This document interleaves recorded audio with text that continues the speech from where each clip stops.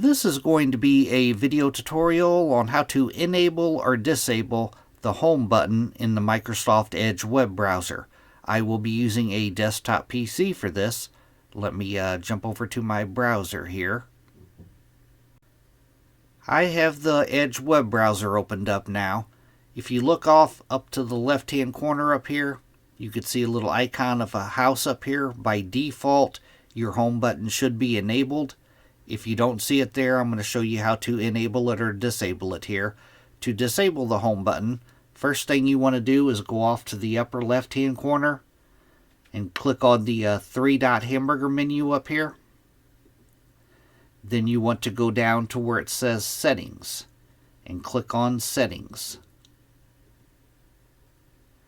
Now in the pane, off to the left hand side here, you want to click on Appearance. Then you want, in the center pane, you want to scroll down a little ways. And right here, Home button. Like I said, by default it should be toggled on.